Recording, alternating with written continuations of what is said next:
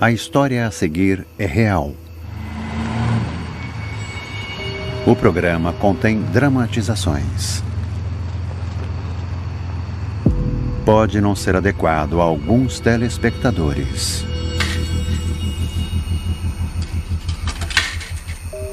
Alguns nomes foram alterados.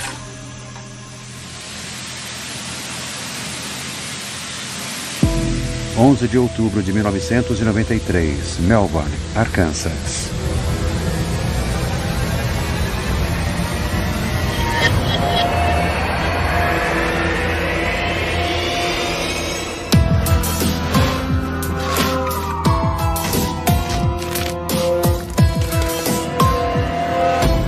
Crimes da escuridão. Em 12 de outubro de 1993, na cidadezinha tranquila de Melbourne, Arkansas, Nancy Rees está fazendo um favor para a filha Julie, de 18 anos.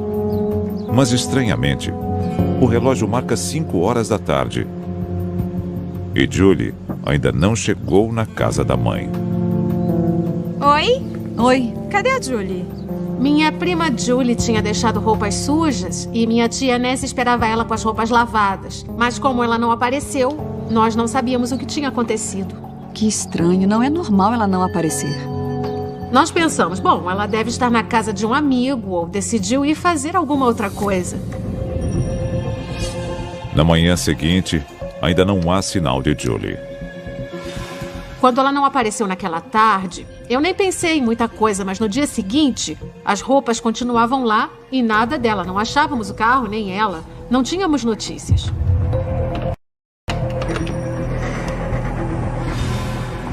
Ela não foi trabalhar. Ela era a garota de 18 anos mais responsável que eu conhecia. Sabíamos que a Julie não ia desaparecer. Nancy e a sobrinha Belinda vão até a casa onde Julie mora com a melhor amiga Samantha e o novo marido de Samantha, Chester Brooks. A Julie e a Samantha eram amigas desde a 5ª série e fomos todos morar juntos. Oi, Nancy. Tudo bem? A Julie tá aí? É que ela não foi trabalhar hoje. Sério? Não, ela não tá. Ela tem um namorado novo. Ela deixou o número dele. Ok. Ela queria encontrar com o cara que tinha acabado de começar a namorar. Ela sabia que ele estava na casa do lago da mãe dele, então eu acho que... porque a mãe dele não estava ou saía com frequência. Quando a amiga de Julie liga para o número do novo namorado, ninguém atende. Bom, na hora eu pensei, tem alguma coisa errada. Não encontramos ela, não tínhamos nenhuma notícia. Todo mundo ficou assustado e aí nós fomos à polícia. Quando a mãe, a prima e a melhor amiga de Julie chegam à delegacia, encontram rostos familiares. Eu conhecia Julie Heath por ser daqui de Melbourne. Ela tinha um carro diferente, dirigia um Camaro preto bonitão. E eu costumava vê-la pela cidade. Ela era só uma garota de cidade pequena que trabalhava em 2 empregos e tentava curtir a vida. E onde vocês acham que ela pode estar? Pode ser que ela tenha ido dormir na casa do lago do namorado. Ela tinha ido para Hot Springs pela rodovia 270, que é a principal via para ir de Melbourne direto para Hot Springs. Dá uns 30 quilômetros e é bem comum os adolescentes e o pessoal daqui viajarem para Hot Springs, que é uma cidade maiorzinha. O que ela vestia da última vez que a viu? Acho que camiseta preta e jeans preto. Fica calma, Nancy. Vamos achá-la. Pelo fato de a mãe dela estar insistindo muito que era incomum a filha dela faltar no emprego e não ligar para os amigos e ninguém saber dela, nós começamos uma investigação completa. Enquanto o delegado assistente Bailey se dirige para Hot Springs, o desaparecimento de Julie já é o grande assunto da pequena cidade. Depois que ela sumiu, todo mundo começou a surtar porque sabiam que tinha alguma coisa errada. Acontece que em Melbourne todos se conhecem. Você não teme as pessoas, você confia nelas. 13 de outubro. Eu e um amigo pegamos o jipe dele e fomos vasculhar as estradas. As pessoas começaram a sair com os carros delas para tentar procurar e ver se encontravam ela. Ligamos para todo mundo, para qualquer um. Para pessoas que a gente não via há um tempo, eu ligava. Todos os conhecidos. Aí, você viu a Julie?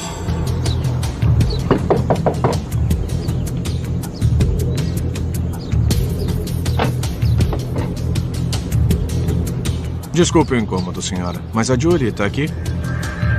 A Julie? Não. Ela esteve aqui ontem à noite? Não que eu saiba. Eu fui dormir cedo. Eu não estava me sentindo bem. E o Gary tá aí? Ele tá trabalhando. Lá na oficina Huntley, sabe? Tá certo. De novo, desculpe o incômodo. Se você vir a Julie, diz pra ligar pra mãe. Claro. Tenha um bom dia. –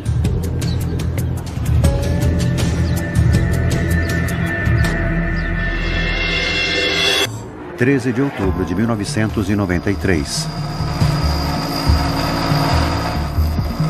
Gary Smith! A história era que ela tinha ido para Hot Springs encontrar aquele jovem.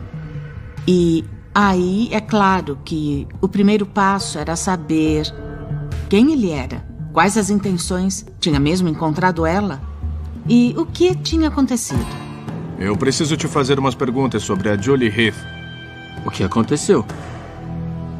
Você a viu? Não, já deve ter uma semana. Eu achei estranho ela não ter falado com ele há tantos dias. Então ela não esteve na sua casa do lago ontem à noite? Não, senhor. Quando falamos com o namorado, ele disse que ela não tinha ido para Hot Springs. Eu assisti o jogo lá em casa com a minha irmã. Se souber dela, avise a gente.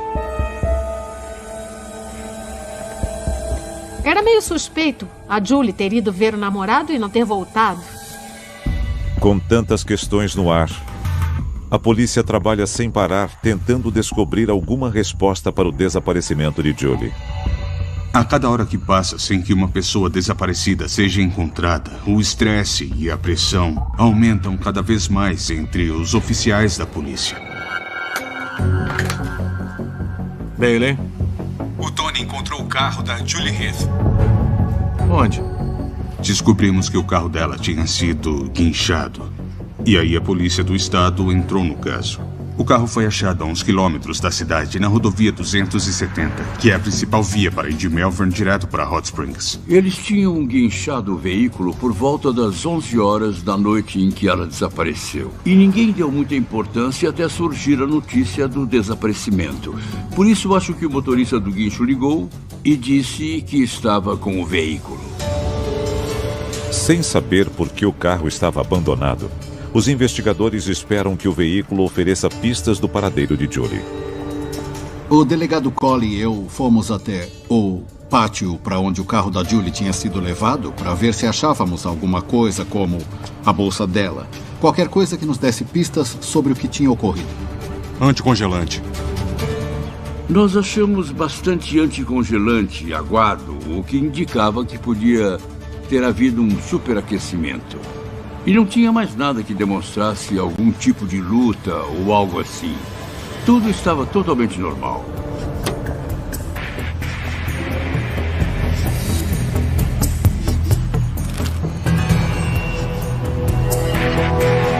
As duas únicas coisas que achamos no carro foi um recibo do posto de gasolina e outro de um driving da noite que ela desapareceu. Um recibo marcava 9 horas da noite e o carro tinha sido guinchado às 11 horas. Assim, nós soubemos que tinha ocorrido algo entre as 9 e as 11 horas da noite. A notícia da descoberta do carro logo chega à família e amigos de Julie. E não cai nada bem. Eu sabia que era algo ruim, porque a Julie não teria saído com alguém por aí e deixado o carro que ela adorava tanto abandonado na estrada. Isso seria impossível. Pensávamos que alguma coisa estava mesmo errada. Alguém tinha pego ela e tinha feito mal. Mas mesmo que os mais próximos de Julie se preparem para a pior possibilidade, ninguém em Melbourne, nem mesmo a polícia, está pronto para o mistério que virá. Com o outono colorindo as cordilheiras de Ozark, as famosas águas medicinais de Hot Springs, em Arkansas, atraem forasteiros endinheirados. E pouco adiante, na rodovia 270 em Melbourne, grupos de caçadores estão se preparando para a temporada. A temporada de caça por aqui é como um feriado. Todo mundo corre para tentar garantir um bom lugar. Tem gente que aparece com tratores para demarcar as áreas de tiro. Além de ser conhecida pela caça, Melbourne é orgulho para seus moradores por um motivo ainda maior. Tem uma fabricante famosa de tijolos em Melbourne há anos. Nós somos a capital mundial do tijolo. O Festival do Tijolo é um evento enorme, então todo mundo comparece. Todos, com exceção dos jovens da cidade, que aproveitam a ausência dos adultos para explorar esse momento de independência. Em Melbourne, a gente se encontrava onde toda a garotada do colégio adorava ficar. Era um estacionamento. Todo mundo ia lá conversar e ouvir música alta. Sempre tinha umas brigas e os caras socavam um ao outro e na semana seguinte eram amigos. Eram essas coisas de cidadezinha. Em uma cidade pequena, às vezes não tem muito o que fazer. Os jovens saem para andar de carro, com os quadriciclos deles pelo bairro. É um tipo de entretenimento. É um jeito de fugir, se rebelar, um jeito deles estarem juntos, se divertirem e curtirem no interior. Conforme a notícia do desaparecimento de Julie, de 18 anos, se espalha, todos começam a se perguntar como podem ajudar. Foi horrível. Eram ligações sem fim perguntando se tinham conseguido encontrar ela. Nós não tínhamos Facebook e nada dessas coisas que mostram a vida de todo mundo. Aí a gente ficava imaginando todo tipo de coisa. Sem notícias da Julie, o clima ficou mais intenso. Em 14 de outubro de 1993, no terceiro dia do desaparecimento, as únicas pistas que a polícia tinha eram os 2 recibos achados no carro abandonado. Oi, como posso ajudar? Você conhece a Julie Heath? Claro, é da minha classe. Lembra se viu ela na segunda noite? A garota que tinha atendido ela lembrava que ela tinha pedido um refrigerante e uns bolinhos de batata, mas depois que ela pegou a estrada para Hot Springs, nós não sabíamos o que tinha acontecido. E ela disse para onde ia? Não, mas estava arrumada. Como assim? Ela não é de usar maquiagem, mas naquele dia ela usou. Incertos do que essa informação quer dizer, os detetives vão em seguida a um posto de gasolina próximo dali. Com licença. Você trabalhou segunda à noite? Trabalhei. Você já viu essa garota? Não, desculpa. Se lembra se alguma coisa em comum ocorreu naquela noite? Veio um pessoal querendo carona. Acontece que Melbourne fica bem na estrada interestadual. Então, muitos estranhos costumam passar por aqui. Sempre temos muitos rostos estranhos. Normalmente, eles não entram muito na cidade porque a estrada é grande. Eles costumam só chegar e sair. Tinha um cara estranho, me deu arrepios. Pode descrever ele? Ah, posso. Tipo 1,60 m, barba cheia. Tinha alguma coisa nele meio estranha. Entendo. Se lembrar de qualquer coisa daquela noite, nos dê uma ligada. Obrigado.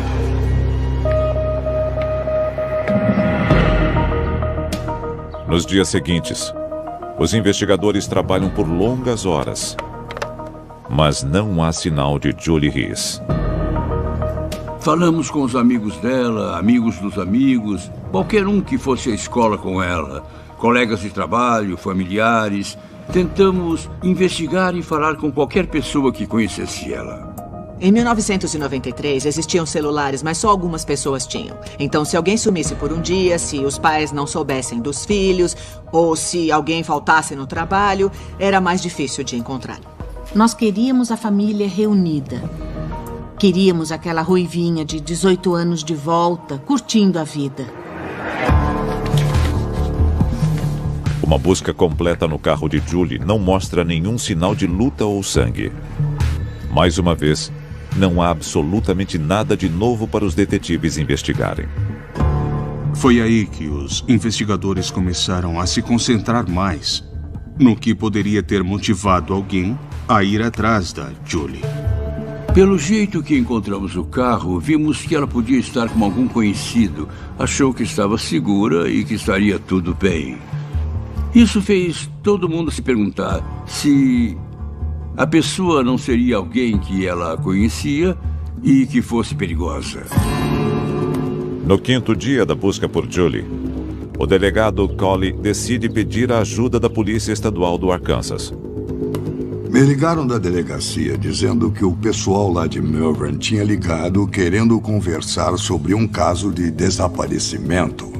A cada dia que passava, nós da polícia sabíamos que o resultado não seria bom. Já havia passado uma semana e o tempo avançava.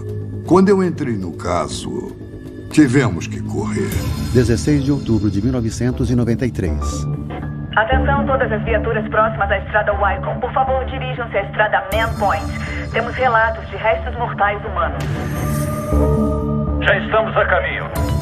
Na hora nós não sabíamos se era mulher ou homem, mas nós suspeitamos. Será que é a Julie?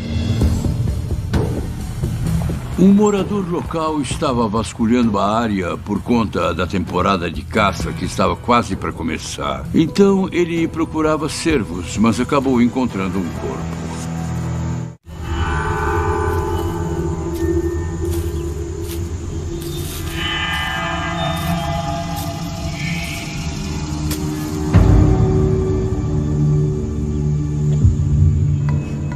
Pelas roupas que ela vestia e pelo cabelo ruivo, naquele momento eu deduzi com quase 100% de certeza que era quem estávamos procurando, Julie Heath. O famoso caso de desaparecimento de Melbourne agora é uma investigação de homicídio. Quando eu tive contato com o corpo, vi que ela tinha uma ferida profunda no pescoço, na garganta. Julie está com as roupas com as quais tinha sido vista por último, jeans e camiseta pretos. Mas as condições das roupas dela mostram uma agressão sexual. As roupas dela não estavam do jeito que deveriam. Estavam do avesso, não estavam bem fechadas, nem ajeitadas. Elas não estavam no lugar certo.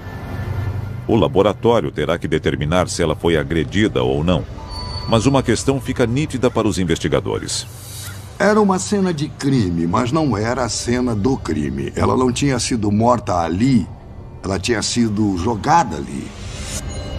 Naquele momento, nós vimos que tínhamos o homicídio de uma jovem adolescente. E, mais do que isso, o assassino estava solto na comunidade. A minha tia Nancy disse, querida, acharam a Julie. E eu disse, é mesmo? Tá tudo bem? Ela tá viva? Ela tá bem? E ela disse, não, querida, ela está morta. E foi assim que eu soube.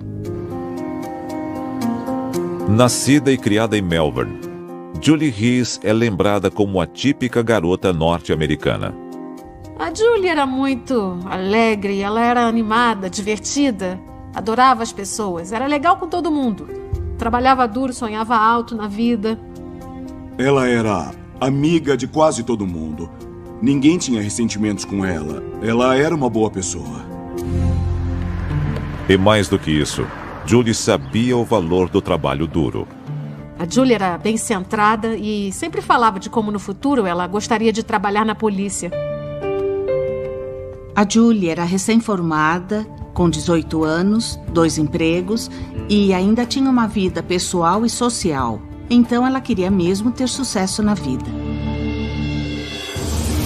Enquanto as pessoas tentam entender a morte de Julie, os investigadores na cena do crime fazem perguntas para o caçador que encontrou o corpo. Era uma rua bem conhecida localmente, mas, sabe, alguém de fora não ia saber daquele lugar. Me diz de novo por que estava aqui hoje. Eu venho aqui todos os anos, vasculhar a área para caçar. Se fosse alguém que não conhecesse a região, teria deixado o corpo mais perto de onde acharam o carro. Você mora aqui perto? Sim, senhor. Uns 10 quilômetros lá embaixo. Nós tínhamos que analisá-los como suspeitos, porque é comum as pessoas cometerem seus crimes e depois posarem de inocentes. Não é uma boa maneira de se livrar de um crime? Porque é só dizer, eu achei o corpo, por isso que tem DNA meu nele, por isso meu cabelo tá no corpo, ou por isso que tem minhas coisas por aí. Bom, vamos ser claros. Você nunca viu a Julie Heath? Nunca nem cruzou com ela? Não, nunca. Ele estava vasculhando. Estava com roupas próprias de quem faz isso. E na região em que caçava. E outras pessoas confirmaram que ele estava na área de caça. Os investigadores tendem a acreditar que o caçador não tem envolvimento na morte de Julie. Mas não querem descartar ninguém por enquanto. Encontrar a Julie perto da rodovia não era tão preocupante. Mas achar ela no meio da mata e perceber que devia ser alguém que conhecia a região... Seria meu vizinho? Seria uma pessoa da minha escola? Seria alguém que a Julie conhecia? Ela confiava na pessoa? Foi alguém em quem eu confio? Assim que acharam o corpo, todo mundo ficou nervoso porque sabíamos que tinha um assassino em Melbourne. Por isso todos ficaram mais furiosos, porque costumava ser uma cidade segura. Sem nenhum suspeito aparente, os investigadores voltam a atenção para o novo namorado que Julie planejava visitar na noite em que desapareceu. A gente conhecia o namorado, ele era um cara legal, mas, sabe, ainda assim ficava com aquela pulguinha atrás da orelha de que ele podia ter feito alguma coisa. Como o namorado parecia ter sido o último a vê-la, tínhamos que saber tudo possível sobre aquele sujeito. Sabe, queríamos ouvir o que ele sabia.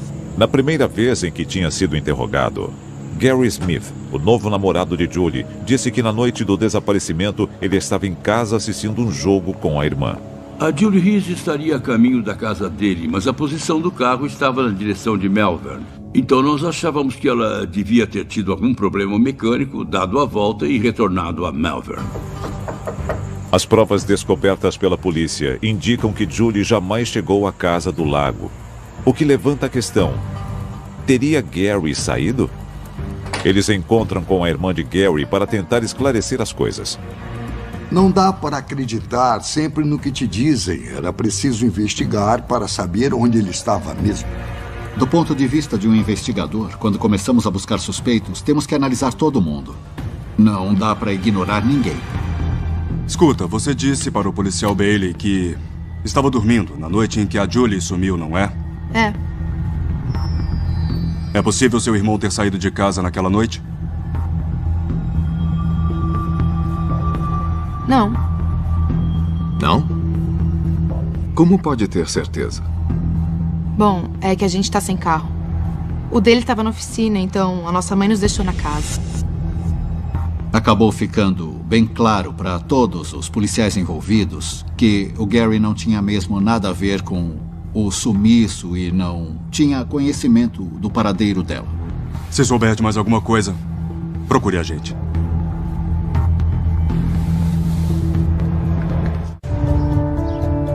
Com um novo namorado descartado, os investigadores analisam o relatório do legista, que indica que o agressor de Julie tentou cometer violência sexual, mas ela conseguiu afastá-lo em uma luta que provavelmente custou a sua vida. Ela era um doce de pessoa, mas também era durona. Eu acho que ela lutou pela vida. Naquele momento sabíamos que tínhamos que nos esforçar mais, porque tínhamos que saber o culpado e o ocorrido, para revelar quem, o que, quando, onde e por quê. O próximo da lista de suspeitos dos investigadores é o amigo e colega de quarto de Julie, Chester Brooks. Ei, Chester, tem um minuto? O Chester foi uma das últimas pessoas que viram a Julie indo para Hot Springs. Mas tem outro motivo forte para os investigadores se interessarem por Chester. Como é comum em cidadezinhas, ele e a Julie tiveram um rápido namoro. Podia estar rolando um triângulo amoroso, talvez fosse algo inocente, ou talvez houvesse um relacionamento secreto entre o Chester e a Julie. Descobriram que fez isso com a Julie? Estamos. Trabalhando para descartar os conhecidos. Descartar? Bom, eu era um dos principais suspeitos. Eu já tinha namorado com ela e morávamos juntos. Queremos saber onde você estava na noite do desaparecimento. Eu estava trabalhando. Ele continuou cutucando cada vez mais e mais. E eu ficava dizendo, eu estava no trabalho. É só olhar o cartão de ponto. Eu não estou envolvido. Enquanto esperam notícias dos patrões de Chester, os detetives ampliam as buscas. Eles analisam mandados de prisão em aberto na esperança de que algo apareça. Nós começamos a olhar o histórico de criminosos conhecidos que se encaixavam no perfil. A polícia começou a analisar todas as pessoas que tentaram sequestrar alguém. Pessoas que tinham acusações de agressão sexual e, claro, todos que haviam cometido estupro. Ei, Mike. Olha só isso. Era um mandado contra Robert Gatlin por estupro. Não é só por isso que Robert Gatlin chama a atenção dos detetives. Descobrimos que ele tinha sido visto na região da rodovia, a mesma rodovia onde ela tinha sumido.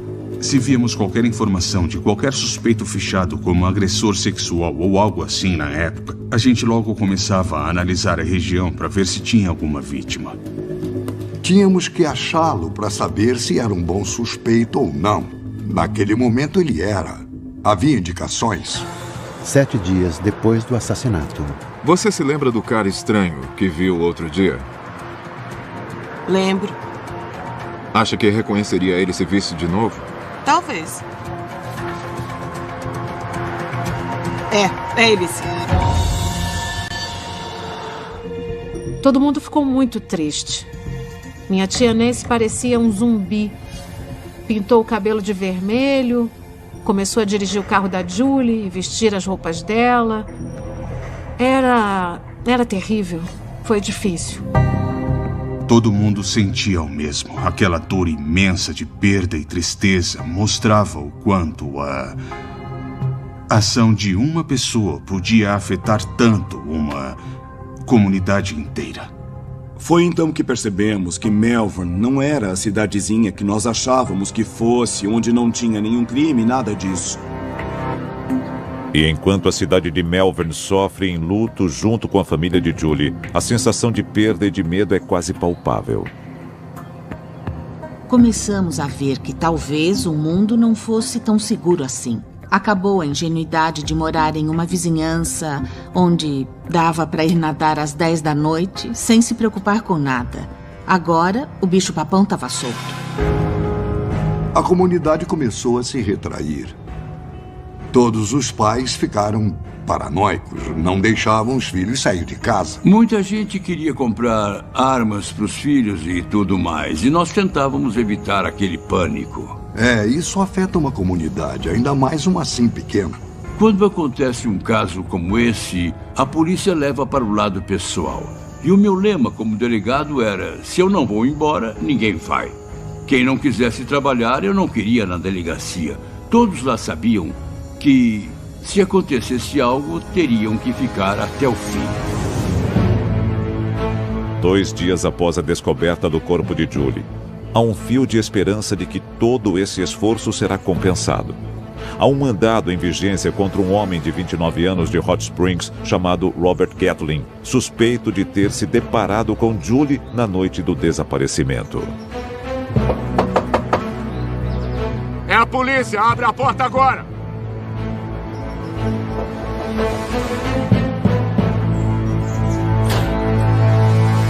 Tá fugindo.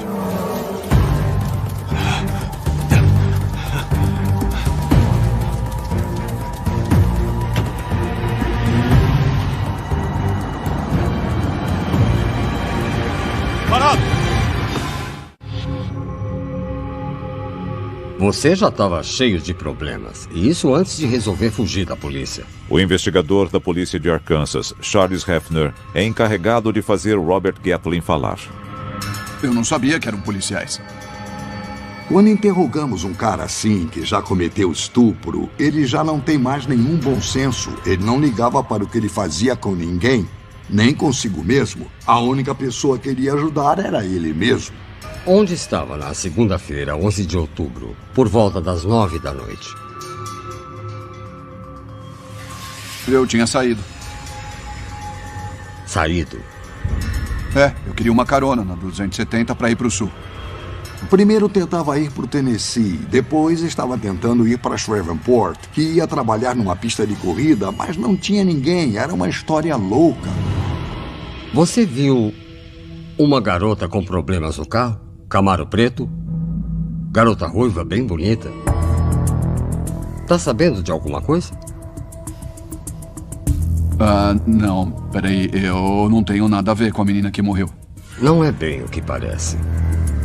Qualquer história que ele contasse seria algo para tentar se proteger, mas ele nos deu informações suficientes. Pensando que tinha uma jovem envolvida, será que ele estava lá? Será que estava mesmo lá? Ele nos deu mais informações para deixarmos ele em paz, mas isso não o livrou das outras acusações. Gatlin é preso pelo mandado em aberto. Mas tirando a história questionável dele, não havia nada de concreto que o conectasse com a morte de Julie. Quando trabalhamos num caso desses, ficamos na esperança de achar pelo menos uma pessoa que viu o veículo, talvez um suspeito. Sabe, tudo ajuda. Se você lembrar de qualquer coisa, não deixe de entrar em contato. Alguma coisa? Pode ser. Uma testemunha tinha visto uma picape pequena e escura perto do carro da Julie na rodovia 270. Isso descartaria o Robert Gatlin. Pode ser. Mas todo mundo aqui nessa cidade tem uma picape. Enquanto dicas continuam chegando, os detetives investigam uma ligação vinda do gerente do restaurante em que Julie trabalhava meio período. Eu devia ter ligado antes. Demorou para conseguir juntar as peças.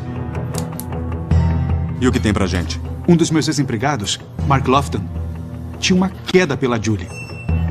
Se tinha um problema com um ex-colega, qual poderia ser esse problema? Será que ele batia nela, fazia avanços inapropriados? Será que ele queria sair com ela? Mas ela recusou o rapaz? E depois que ela sumiu, ele também sumiu. Essa questão logo nos chamou a atenção. Havia um problema. Então, tínhamos que descobrir que problema era ou como era de fato a relação entre eles. Tem o endereço dele? Tenho, tá aqui. Eu anotei pra vocês. Acham que pode ser ele? As pessoas ficam magoadas por uma série de motivos.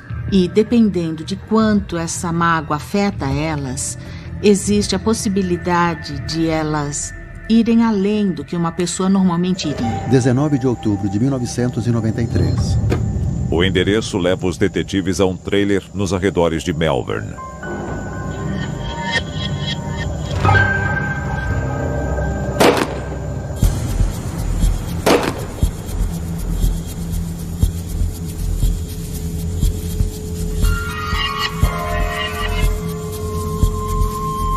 Coloca a arma no chão! Coloca a arma no chão!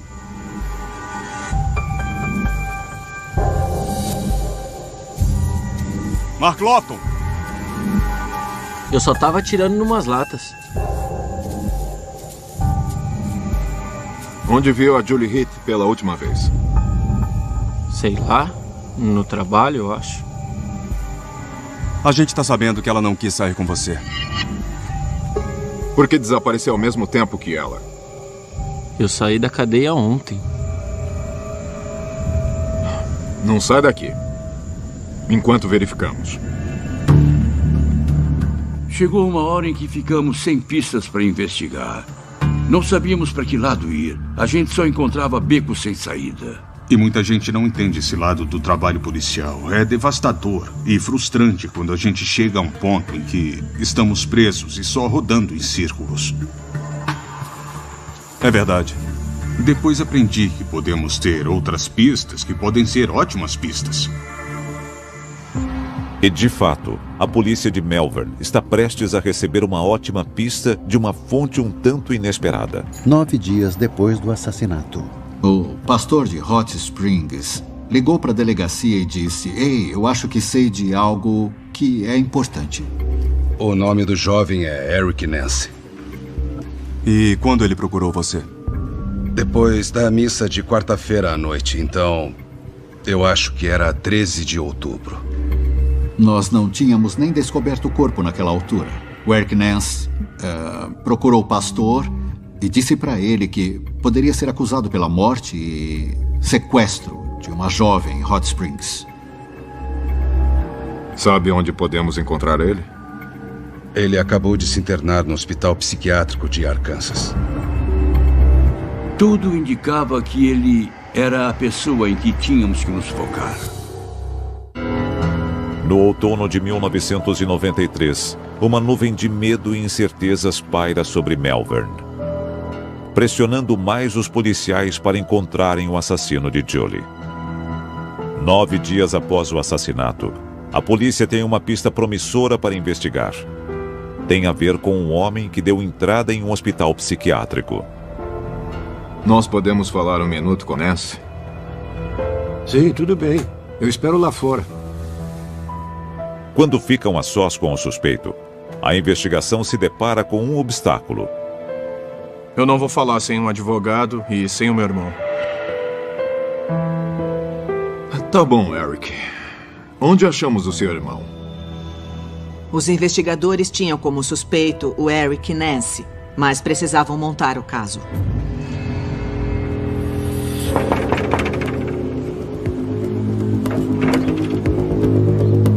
Brandon Nance? Podem entrar.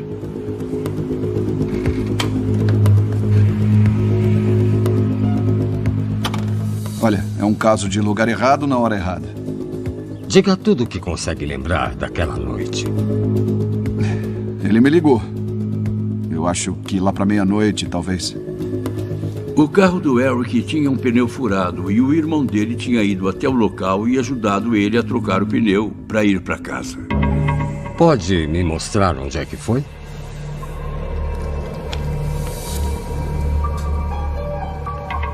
Aí ele desenhou um diagrama, e o diagrama mostrava a estrada onde ele tinha pego o irmão, uma pequena estrada com um portão onde estava o carro. Foi lá que se encontraram. O local fica a poucos metros de onde Julie foi encontrada. O que colocava Eric Nance no local onde encontraram o corpo. Enquanto ajudava o Eric naquela noite, percebeu algum sangue ou algo diferente? Não, senhor. E tem ideia de onde foi que seu irmão te ligou? De um mercadinho. Aqui. 10 dias depois do assassinato. Posso ajudar? Conhece esse homem? O Eric. Ele esteve aqui faz algumas semanas. Pode ter sido na noite de 11 de outubro? Ela conhecia ele da escola e depois que encontraram o corpo da Julie Heath, ela se lembrou de algo. O Eric Nance tinha ido lá naquela noite. Parecia que ele estava nervoso.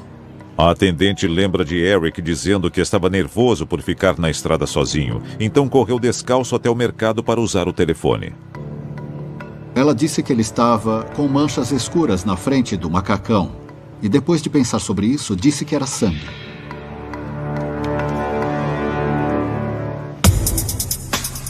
A polícia então reforça a investigação sobre Eric Nance. Ele era o suspeito perfeito, mas só o fato de tudo isso ter ocorrido não fazia dele culpado por esse crime. Então tínhamos que construir o caso e nós fomos atrás disso para ver se alguma prova confirmaria. Não íamos deixar pedra sobre pedra. Se não dava para provar a culpa, a defesa também não ia provar a inocência. Eles podem não ter provas suficientes para uma prisão, mas têm o suficiente para um mandado de busca para a picape de Nance.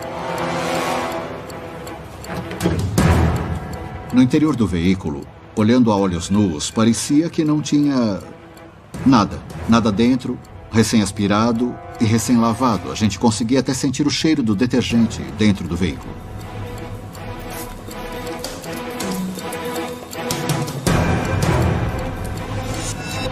Minha nossa. Os investigadores podem, enfim, ter encontrado a cena do crime.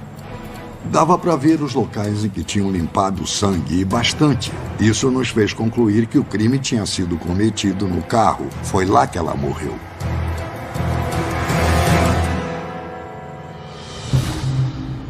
Em 23 de outubro de 1993, Eric Nance é levado do hospital para a delegacia de polícia de Hot Springs.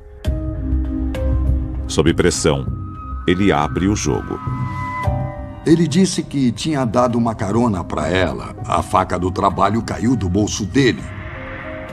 Ela surtou e começou a bater nele. Aí a faca acabou acidentalmente cravada na garganta dela. Ele se apavorou e escondeu ela. Foi ridícula a história que ele contou. Aquilo não fazia o menor sentido. Eric Nance é preso e acusado pelo assassinato. Apesar de ser absurda, Eric mantém a história de que matou Julie por acidente até o dia do julgamento.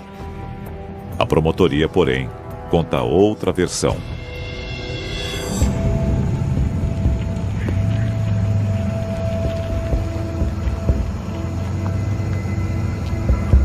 As autoridades acreditam que, enquanto ia para Hot Springs surpreender o namorado, o carro de Julie superaqueceu. Quer uma carona? Eu acho que ele disse que ia levar ela até um telefone. E no começo, eu acho que ela pensou, então tá, o carro vai esfriar. Seu carro quebra, e aí alguém aparece e então, bam! Esse encontro totalmente aleatório pode ter uma chance de se tornar um crime ou uma vida perdida.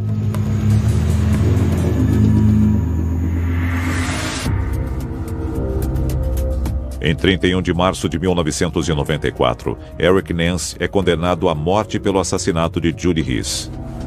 Dava para ver todo mundo no tribunal pensando, graças a Deus fizemos a coisa certa.